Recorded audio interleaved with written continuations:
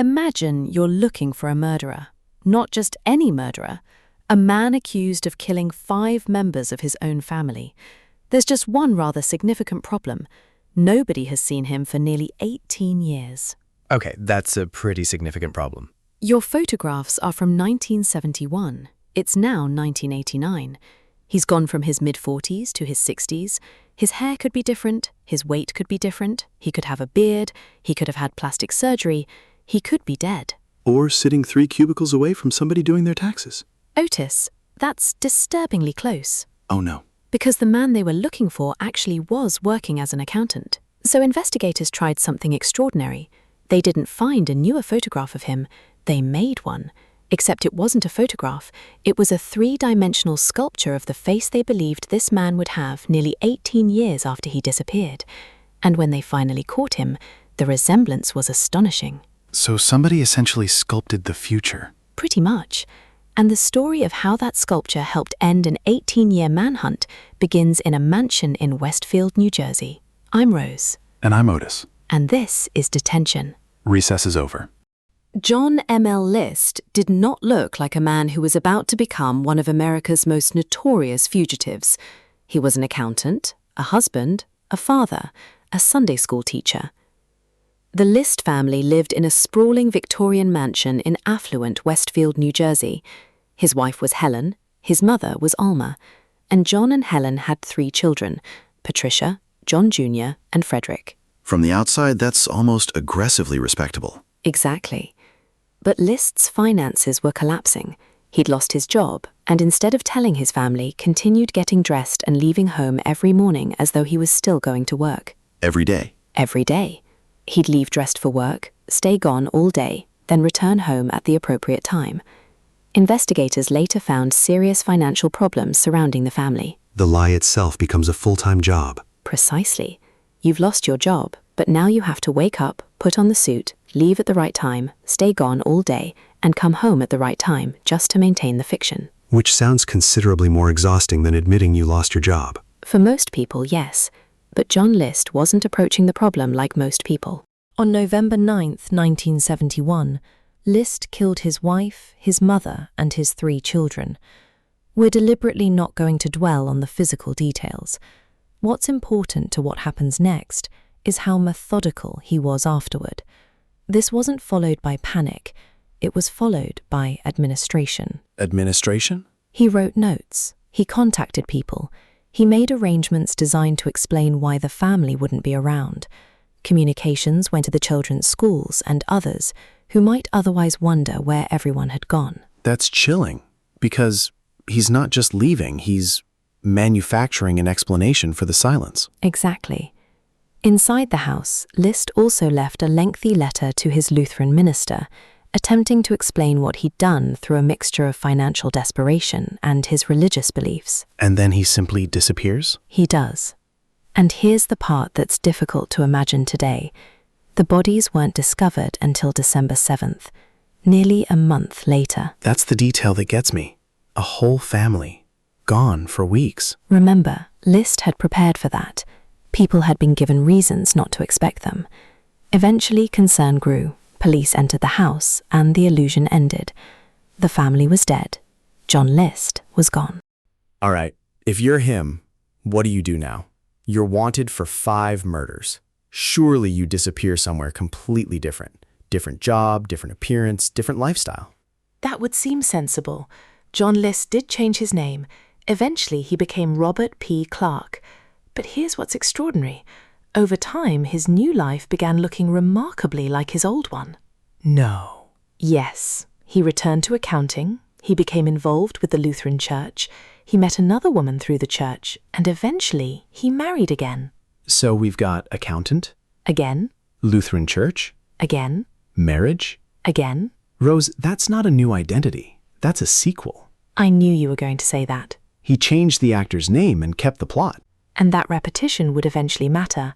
He and his second wife eventually moved to the Richmond, Virginia area, and there he was, Robert Clark, quiet, married, working as an accountant, going about his life. Meanwhile, John List remained one of America's long-term fugitives. 5 years passed, 10, 15. At some point, he must have felt almost untouchable. We can't know exactly what he thought, but investigators had a very practical problem by the late 1980s. What exactly did John List look like now?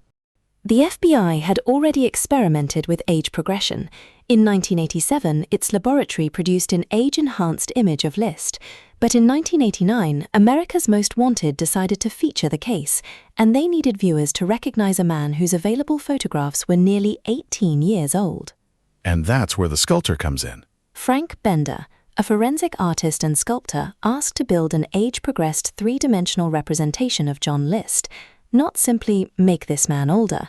Bender considered how a person like List might age, and even what sort of glasses he might choose. So he's not just aging a face, he's predicting a person. Exactly. The final sculpture showed an older List with receding hair, heavier facial features, and prominent glasses. On May 21, 1989, America's Most Wanted put that face on national television. And somebody knew him. Somebody did. A tip pointed investigators toward a mild-mannered accountant named Robert Clark living outside Richmond. There's that accountant again. 11 days after the broadcast, on June 1st, FBI agents arrested him at work. 18 years missing. 11 days after the sculpture appears on television. Yes, and investigators had something stronger than resemblance. Fingerprints. They matched. Robert P. Clark was John M.L. List. So how close was Bender? Look at the arrest photograph beside the sculpture, and it's genuinely eerie. Contemporary reports said the sculpture looks strikingly similar to the man investigators arrested. Obviously, forensic art isn't magic. Bender wasn't seeing 18 years into the future.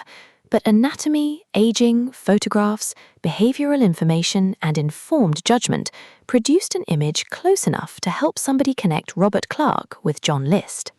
There's something almost poetic about that. He changes his name, changes states, builds another life, waits 18 years. And what catches him is somebody reconstructing the one thing he can never completely leave behind, his own face. That's exactly why I wanted to tell this story. Technology alone didn't find him. A person looked at old photographs, thought about aging, studied who this man was, and built a face. Then another person looked at that face and recognized somebody. And suddenly an 18-year-old cold case isn't cold anymore. Exactly.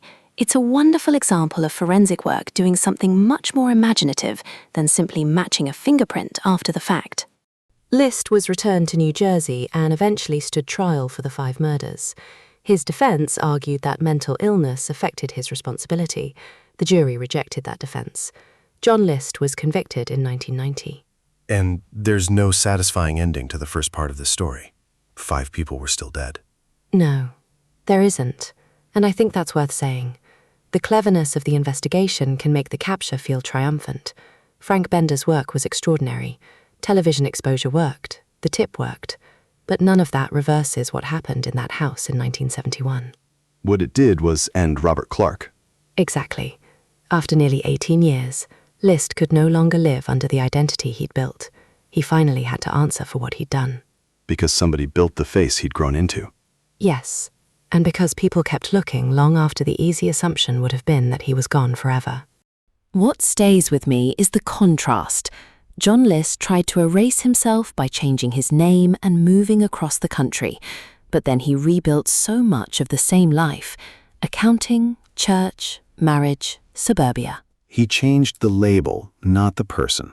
Nicely put. Thank you. I would like that entered into the official detention record. Absolutely not. Worth trying. If this is your first time in detention, follow the show so Rose Otis can make another questionable use of your free time. And tell us what detail caught you: the 18-year disappearance, the second life, or Frank Bender's sculpture. I'm still voting for the sculpture. Building somebody's future face and having it work is difficult to beat. I'm Rose. I'm Otis. This has been Detention. And remember, Don't. recess is over. I'll see you next time. Production note: Rose and Otis are fictional AI-generated hosts. Detention is an AI-assisted production based on research true stories.